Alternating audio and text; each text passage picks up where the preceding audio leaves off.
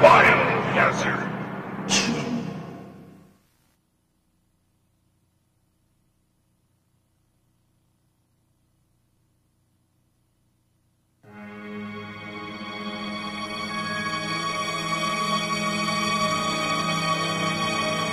The setups that we had, we were in this real jailhouse, which is abandoned, but very spooky environment, and giving it a real sort of stark quality, almost a noir kind of a quality to it that matches the game.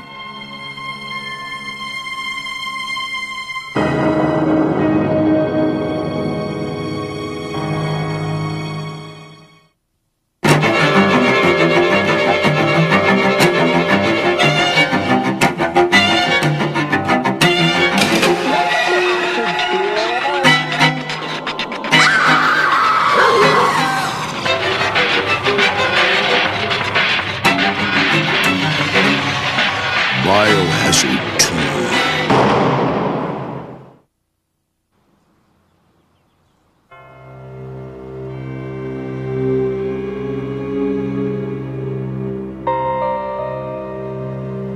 Well, what we were trying to do, this is a commercial for Biohazard 2, but we wanted it to look like a movie, so we basically wanted to produce it very much like a movie instead of like a commercial shoot. It's fabulous. I mean, I love making the movies, and it's great that there's a game which is, it's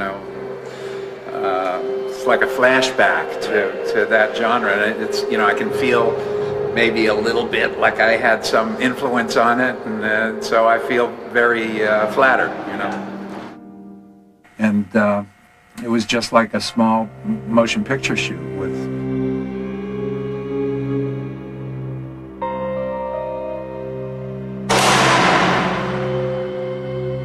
extras playing the zombies and a few people that were experienced playing the zombies, and the actors, Brad Renfro and Adriana, have experience. It was like working with a regular cast. Oh wow, yes. Some chick player, badass chick player, goes and gets to shoot all these zombies and stuff, and she's just this superhero. So, I mean, for aesthetic, just for for the graphic aesthetic. And so Peter and I just talked about keeping it clean and making it look, like old Hollywood almost. And that's pretty much the way. Behind a character, in front of a character, it sometimes gets tricky lighting-wise because you want to keep it spooky, you want to keep it dark, but there's, particularly with any sort of blood effect or anything like that, you have to have enough light there so the audience knows really what's happening, but keep it spooky at the same time.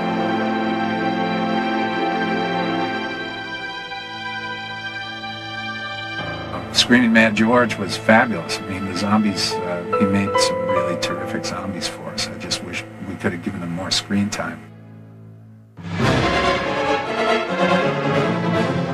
Well, now, zombie is something that is very, in a way, it's so overdone.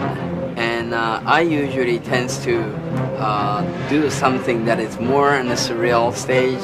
So, and then, trying to make something very different from anybody's done, same genre. But in the sense of zombie, is it very difficult to try to put something very, surrealistic imagery thing going on, because then it really cuts off from the original, point.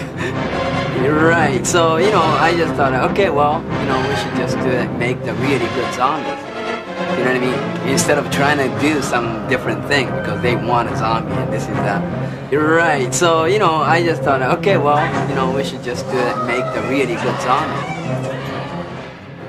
When I grew up on horror movies, the horror movies of the 40s and early 50s, zombies were always this sort of lower, blue-collar monster, And they were just vampiric. They were hungry for human flesh or blood or both.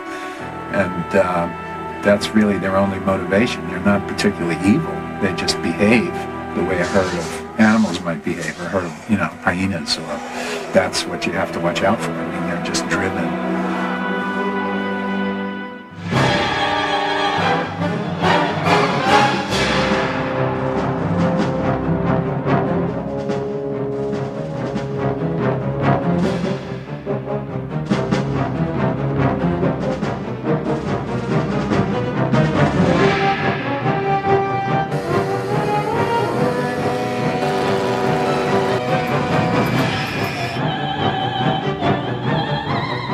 Well, you know, it's funny, when you get a bunch of zombies in a room, I find, all the times that I've worked with zombies, if I make any physical move when I'm talking, then all of a sudden they all do it.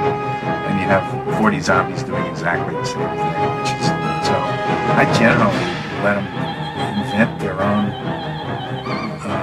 moves, you know, how they want to behave, basically just tell them.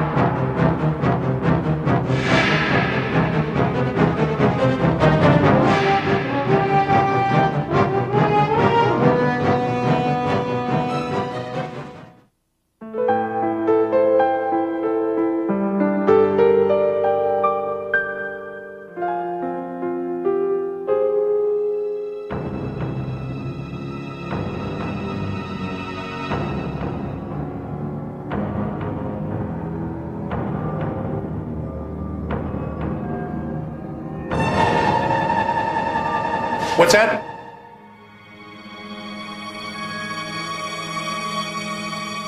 Doesn't it kind of reflect on, I kind of like it because it's a real big change coming from a spiritual hero to an actual literal hero. It's also very fun material, but it's good because it's a good little switch around. I don't know why, but pretty much left it up to me. I might be able to handle it, I don't know. You also like the naturality of it, you know? I mean, Brad was interested in the character, and so, even though it's a very short piece, he was interested in, you know, knowing how to handle the guns.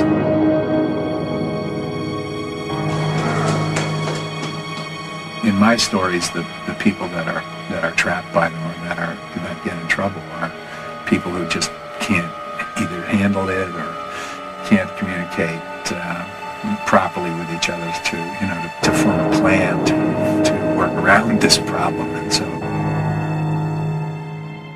Yeah, we're good. That's all right.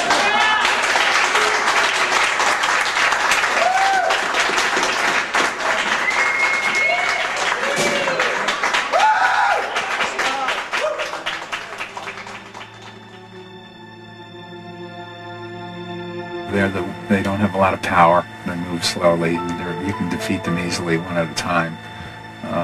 But when there's enough of them, and when you're not very organized yourself, or your group can't communicate or whatever, you know, they're going to get you. And those are thematically what I've always worked with.